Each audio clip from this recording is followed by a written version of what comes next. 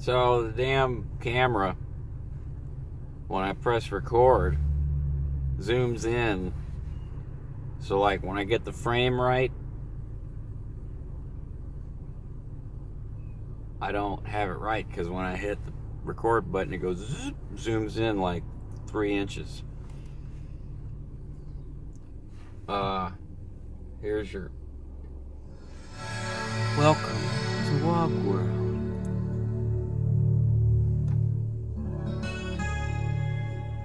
Where you can hear about stories of a fucked up cult.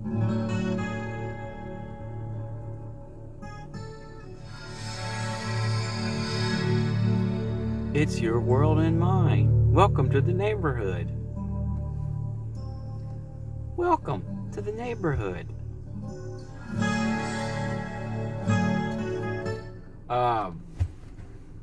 That was an original song I did with I actually used a bow on a guitar, like a bow for a violin, and I tuned the guitar all whack crazy, and I just went whoom.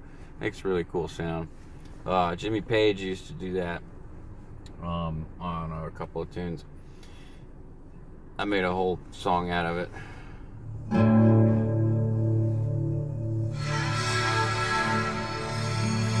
Welcome to Walk World.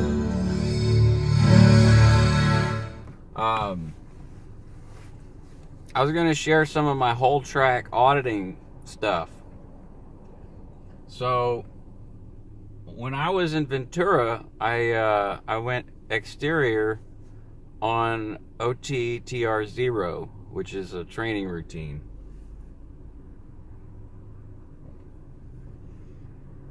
And what does that mean? That means I either hallucinated or I left my body. So what I remember is I was like doing OTTR0 with my eyes closed, and and this is honest to God truth. I was like, I left my body and I saw myself from above, and I went up through the ceiling. And when I got into the ceiling, I snapped back and I opened my eyes and I was like, what the fuck just happened? Supervisor came over and said, hey, what happened there? Did you have a win? And I said, I don't know. I think I just left my body. And he said, oh, we got to get you in on an int rundown. It's corrective action. So I went in session with Wayne Miller, big auditor, top dog auditor at Ventura Mission. Did my interiorization rundown. When you go exterior, the policy is that, or if you go exterior on TRs, there's a corrective action where you do the interiorization rundown. And I don't have the check sheet. They go through a whole bunch of questions and ask you, have you ever been exterior your body before? Do you remember the last time you were exterior your body? Da, da, da, da, la, la, la, la. So you are kind of suggested to make up shit. I mean, at the time you think it's real. So some of the things, past lives that I audited are as follows. I built this giant prison in space called Arslycus with these giant gravity tractors. It was magnetic. It was a magnetic tractor that floated around in space and moved metal around with magnets, these giant magnets, like it was like tractor beams. Of course, there's a definition in the Scientology definition book, the technical dictionary, called tractor beams and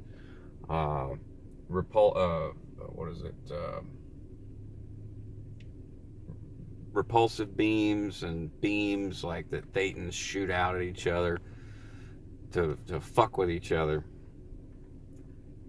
So I built Arslycus, and I spent like 300 lifetimes on it.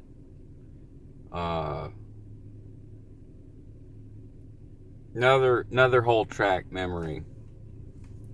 I got shot in the head. I remember feeling the blood coming out of my head and dying in December of 1980. Had myself convinced I was John Lennon.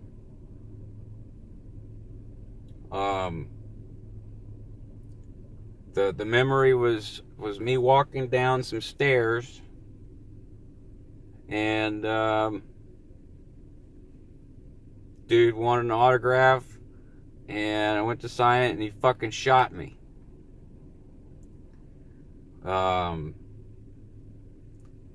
Another whole track memory. I remember choosing this body, hovering over a lake, and I remember looking for love. I was looking for love. Remember, I'm just telling you my auditing shit. Okay? This is just what I said and what was done in auditing in the interiorization rundown. Hovering over a lake, looking for love. Not a lot of like perceptions. Like, I couldn't say that vision was there, but I remember water. And I remember looking for love, and I found love, and there were people fucking, and I jumped into a body. And I had to push another Thetan out to get into that body.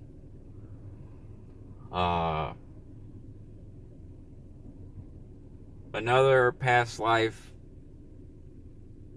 engram was from a long time ago in a galaxy far away, where I was in this weird bodysuit that was organic and synthetic at the same time.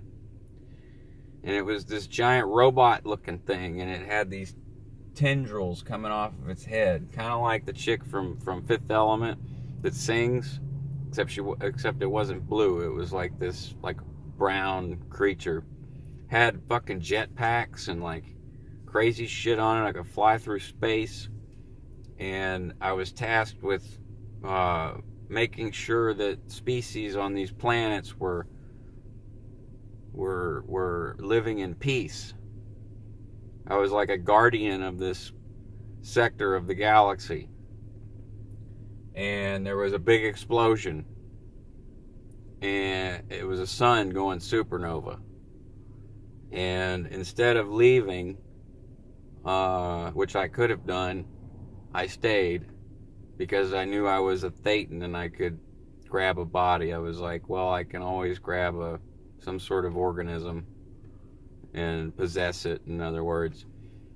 The concept of Thetans inhabiting bodies is similar to possession in terms that most people might understand from coming from typical religious backgrounds like baptism or Catholicism or Pentecostals or whatever. The devil possessing somebody. A Thetan is a spirit, possesses the body, animates the body, whatever.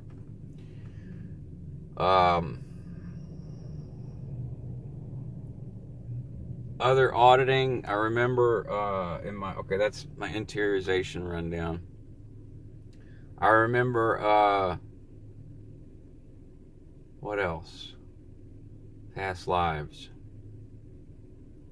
Oh, there was a past life that I ran in the int rundown where I was a Chinese or Japanese soldier, got blown up in a bunker. I was running to the bunker to call on a radio. And I was like, Bacala. Boom! Torn asunder by a bomb. Direct hit, bunker. Your mind can imagine a lot of things. And there's no proof of life after death. Unless you've experienced it. There's no proof of anything unless you can show it. Show me the money. Show me the money. That's an ironic Tom Cruise movie quote. Show me the money. There is a movie I would recommend you guys watch if you haven't seen it already. It's practically about Scientology. It's called Bowfinger, and it's got two of my favorite actors in it, Steve Martin and Eddie Murphy. Now, there's a cult in that movie called Mindhead.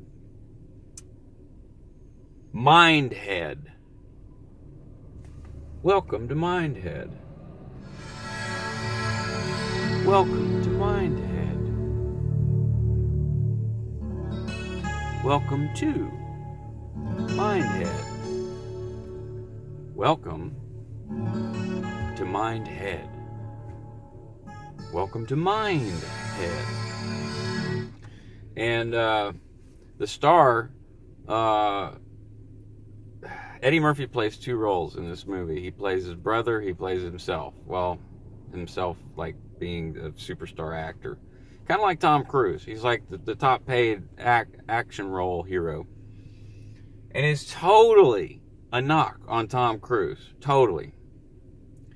And Steve Martin must understand Scientology pretty well, because he knew exactly how to work on this movie and script with skirting around all of the controversy and pointing out the absurdities of it, because he plays a director who writes a movie that stars this super top paid Hollywood actor played by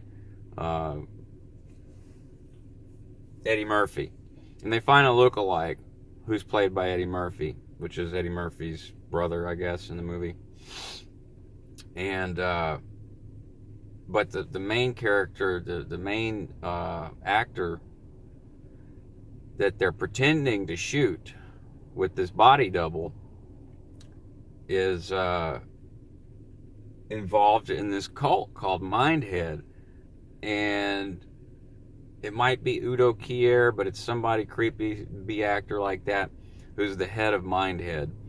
And every time Eddie Murphy's character has a mental breakdown, which is fucking like daily, he goes to Mindhead and they give him these mantras to repeat, like keep it together, keep it together, keep it together, keep it together, keep it together, keep it together, keep it together, keep it together, keep it together, keep it together, keep it together, keep it together. And what's funny is that the movie that Steve Martin's shooting involves aliens. And they shoot the movie.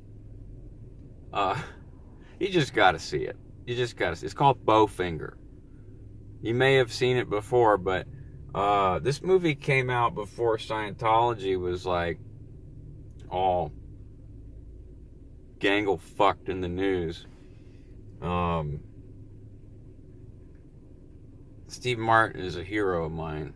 Big time hero. So,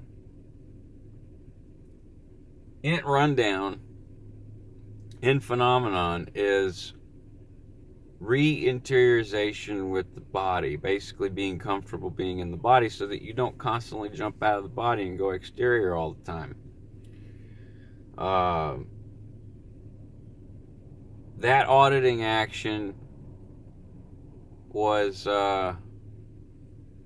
the only auditing action that I got as a service for being on staff. It was shortly after I arrived, and they were still love bombing me and shit, so they gave me that auditing action. My friend Jason Rutland did the same rundown and found out that he's the one who stabbed Jesus on the cross with the spear.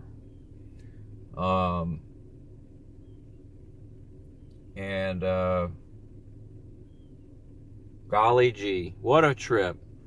So that was my int rundown as far as I can remember. There's probably a lot more, but I don't remember. you hold the cans, you squeeze the cans. Squeeze the cans, please. Squeeze the cans, please. I gotta say that there is, when you have a female auditor, some sexual innuendo to squeeze the cans. And I think that's on purpose. But anyways, the interiorization rundown. If you look it up, you see the goal and the end phenomenon. Any of the processes or auditing procedures, the grades, the drug rundown, all of that will have a goal and end phenomenon for that particular rundown. And as far as me going exterior, I don't I don't know. The only other time I had an experience like that was when I was on LSD. And it wasn't a full exterior type thing. It wasn't like I left my body. It was more or less like I felt like I was remembering shit. Because if you've ever taken LSD and you feel all connected to the universe and stuff, your mind is open to all these weird feelings and ideas. And I had seen that robot thing that came up in auditing, the brown robot thing that I was flying around in space in. And that came up in my auditing. So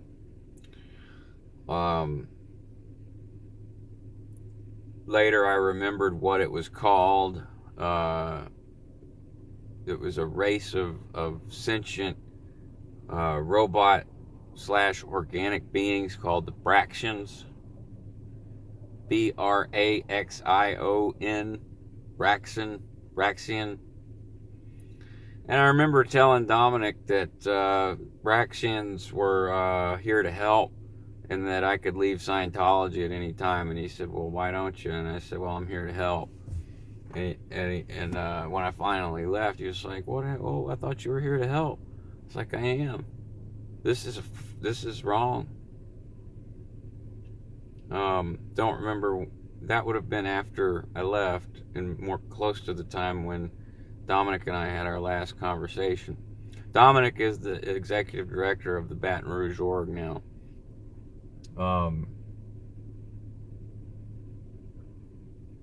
So, yeah. Crazy whole track stories. Crazy whole track stories. War world. Woo woo. Beep boop beep. On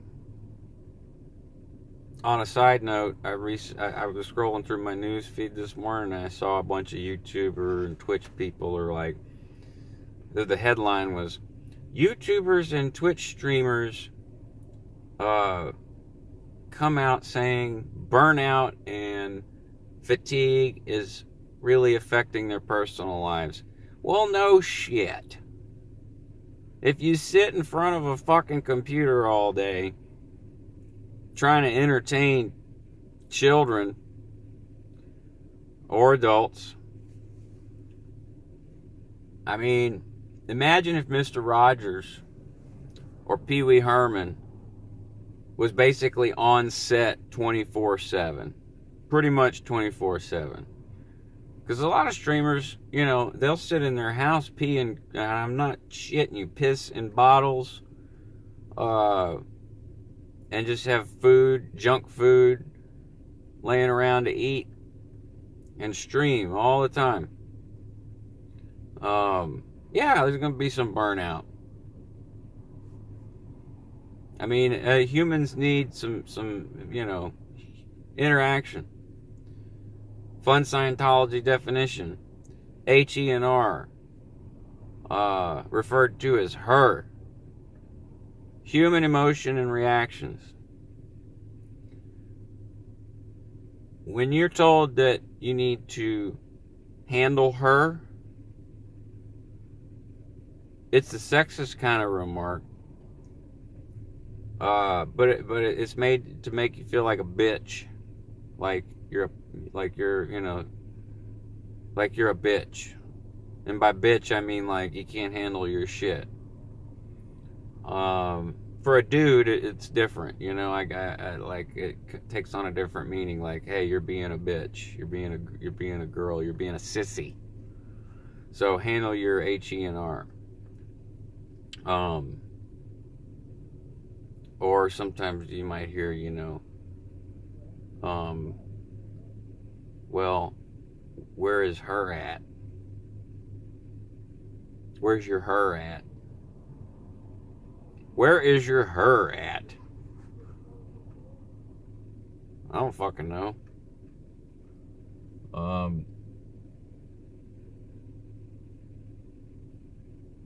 So just for clarification, I'm not having any burnout. I make videos, you know. Right now is a good time for me to make videos because ain't a whole lot I can do. I work Wednesdays and Fridays now at the brew shop. The employee that works here is back at an engineering school. I'm gonna have to do a medical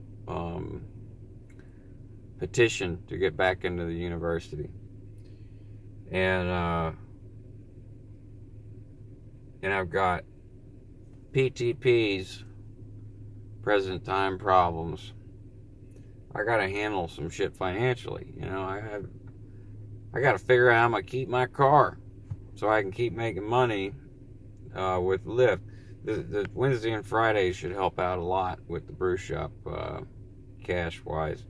But I mean, hey, I could use all the good vibes and like flows and prayer and meditations, whatever ohms, ahs, and amens that I can get. So, and I appreciate everybody doing that already who has, you know. Clearly it's working. But in all seriousness, yeah, I've said it before. I wouldn't be where I am without you guys. I appreciate you guys, you know, supporting me by subscribing and commenting and sharing your insights. You know, I do still read all the comments. The point of Wog World is changing. Wog World is changing for me, what it is. When I started, there was so much to say. There's still a lot to say, but there was just an overwhelming amount of things to say. And now I look at Wog World slightly differently. I look at it as I'm here in the Wog World. So it's a window into the world that I should be in. This is where I'm supposed to be, in the Wog World, doing Wog things, playing music, being out ethics, meaning not trying to save and clear the planet all the fucking time, which allows me to pursue my goals in the pursuit of happiness. So, that's what the Wog World is, and I've got some new ideas for Wog World. There's a couple of people that I may do some, assuming they're still willing to do it, some chats with some ex-Scientologists, some ex-cult members, and of other cults, and then some people that I know personally that would be willing to share their experiences, not of cults but of abuse in general, because that's what all of us wogs experience, is, you know, all this suppression. So,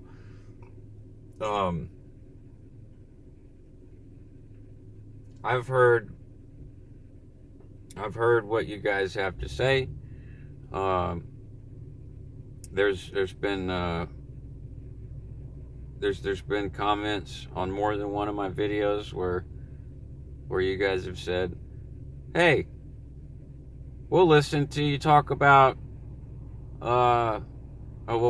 this is the one I remember. I'd love to hear you tell a story about some woman in front of you in the grocery line taking too much time with her coupons trying to save a penny, and explain that." Which I have experienced, but probably too many times to pick one single incident. So, Wog World is not about me. It's the way I see it, it's about everybody. Everyone's a Wog.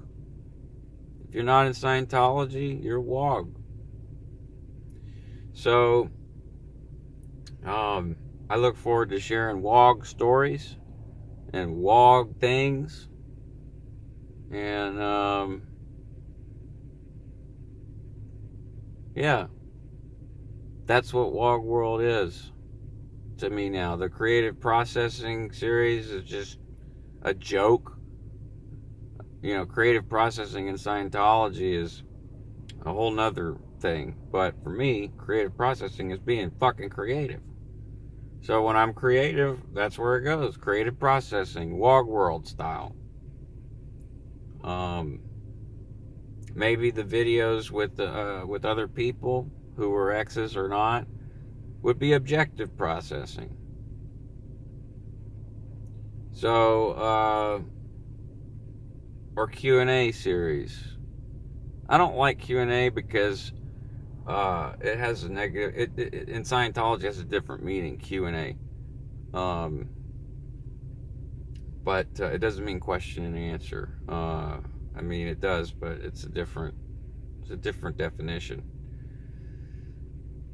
And as I've said before, language is what really is a really controlling factor in the cult. So, you'll find that in on your bigger jobs.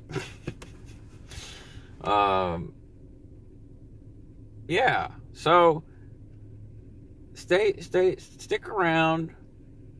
Got a lot of Wog World stuff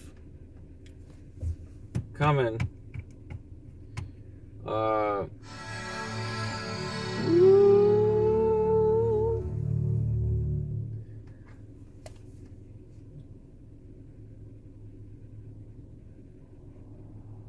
Oh, am I still here? Yeah. So that's a 30-minute video. Hope that wasn't a complete waste of time. You guys have a good day. I'm probably gonna make another video today because it's snowing here in Louisiana. There's a lot of people just don't want to get out of the house. It's cold. So I may attempt to tackle some of the other Kaiva Go videos. Sound good? Good. Peace.